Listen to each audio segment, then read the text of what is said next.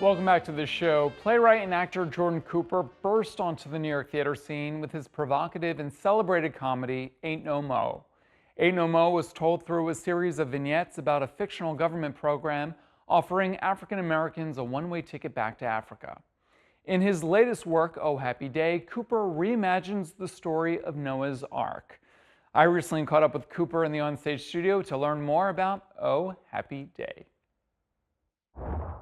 Congratulations on Oh Happy Day. I have to say, it's a happy day when I hear that Jordan Cooper has a new show on the New York board. So congratulations, my friend. Thank you. This new show is inspired by Noah's Ark. Yes. Explain that. Yes. So I was really fascinated with the idea of growth and the idea of washing away something and the death of something, which is also the growth of something new. And in that comes family drama. This also features a gospel element to Yes, it, which is yes. so exciting. Used by Grammy Award-winning gospel artist Donald Lawrence. Yes. Talk about the music, the sound of Oh Happy Day. Yeah, so Donald Lawrence he's just an icon. Legend. You know, I grew up in the church, so his music was always around in the house and always, even pulling me out of some of my darkest moments as a teenager. So the ability to be able to work with him is just insane. And he's just a mastermind. He actually went to school for musical theater, and then after that went on to become a gospel icon. So this is kind of his ability to return to music in theater. And he's written some of the most incredible, they sound like they've existed forever. They're absolutely insane. And these performers, from Tamika Lawrence to Tiffany Mann to Latrice Pace to Shalea, when I tell you each and every one of them, their voices are just golden and they literally blow the. We had tech last night and we had our first rehearsal with the band, and literally we had to take the roof back on. Well, wait. You had me at Tamika and Tiffany. I mean, two of the greatest voices we've ever heard in the musical theater. It's not your first time writing a show and also being in a show. What is that like for you, wearing those two caps? It's so interesting. So one thing as a playwright, I never try to be in my playwright brain and my actor brain at the same time. So what I like to do is whenever I'm workshopping a show, I'm never in it. So I always like to workshop it with a different actor, so that way I can have my playwright brain on, so that by the time I jump in the text, it kind of feels indestructible in a way. Because my actor process is a whole nother question. I find myself cussing myself out all the time because I'm like, who wrote this? This is the hardest thing I've ever done, writing-wise and acting-wise. This show. More so than Ain't No Mo. More so than Ain't No Mo. Why? It's a mountain in a completely different way. Emotionally, it's a mountain. Structurally, it's a mountain.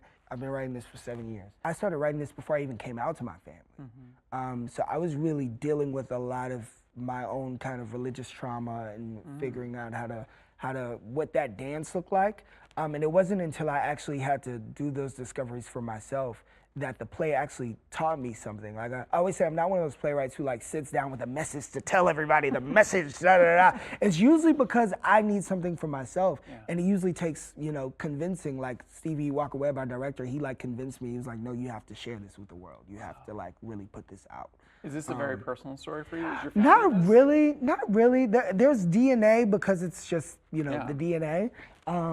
But it's the story of so many people that I know. It's my story in elements, but not fully. But it is something that hits hard. Well, for any queer person, going through that experience, exactly. It is part of the story, right? Exactly. Has your family seen this? Yes, they got a chance to see it, the early version in Baltimore. Yeah, and they were moved. Great. They were really moved. Great. And so it's so cool because I always say as a queer teenager, you feel so alone. Growing up in the South, especially, I felt isolated. I felt like an alien being queer because there was nothing else that I saw that reflected me. And you're constantly told, you're going to hell or God doesn't like you or all these things. And so as a kid, there were moments where I was, had suicidal thoughts and this idea of the world will be so much better off without me. And it's so crazy to be, 30 years old now and to be able to say, I'm so glad that didn't happen because I never would have been able to see my own growth and I never would have been able to see their growth. And I always tell people that, especially young people, whenever they, are in a moment of darkness, it's just don't give up on yourself.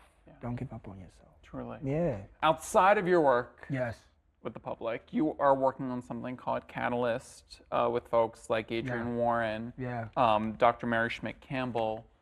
Talk about this project. It's really cool. You know, we had a special evening along with National Black Theater maybe a couple weeks ago where we kind of got everybody together in a symposium and just all this just beautiful theories and ways to push, you know, Black theater forward in a really beautiful way.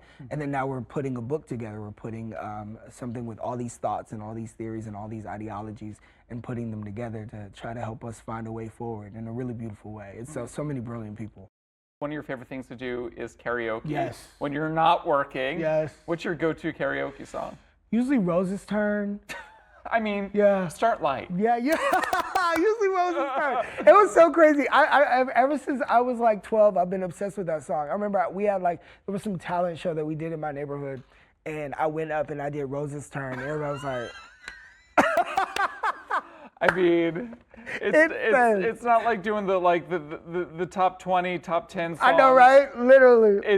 It's a mullet. That's why I love Sondheim so much. Sondheim is literally one of my favorite writers of all time. I call him my favorite playwright. Yeah. Even though he was a composer, because each of his songs are like a 3-act play. You know what I mean? It's an actor's material. Ready or not, here comes Jordan. Jordan, congratulations on Oh Happy Day. I can't wait to see you at the Public Theater. Thanks for coming in. See it. Thank you. And you can catch Cooper in Oh Happy Day at the Public Theater, and I can't wait to see his Rose's Turn. That is a must-see. All right, finally, before we go today, we turn the spotlight on Hello, Broadway. This new book by Emily Hurd and Michael Mitnick is the perfect introduction to musical theater for the little ones in your life. The book includes beautiful illustrations of the theater district and buttons that play Broadway songs performed by Tony winner Santino Fontana and his wife, Jessica. Hello, Broadway, a young person's guide to the world of musical theater is out now. All right, that's a wrap for this week's show. Join us next week for more of the best of Broadway and beyond. And until then, I will see you at the theater.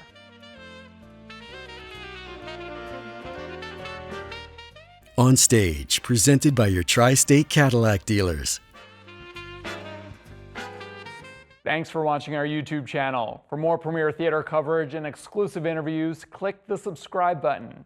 You can also download the Spectrum News app or watch us on TV for the latest information, balanced coverage, weather updates every 10 minutes, and more. We'll see you there.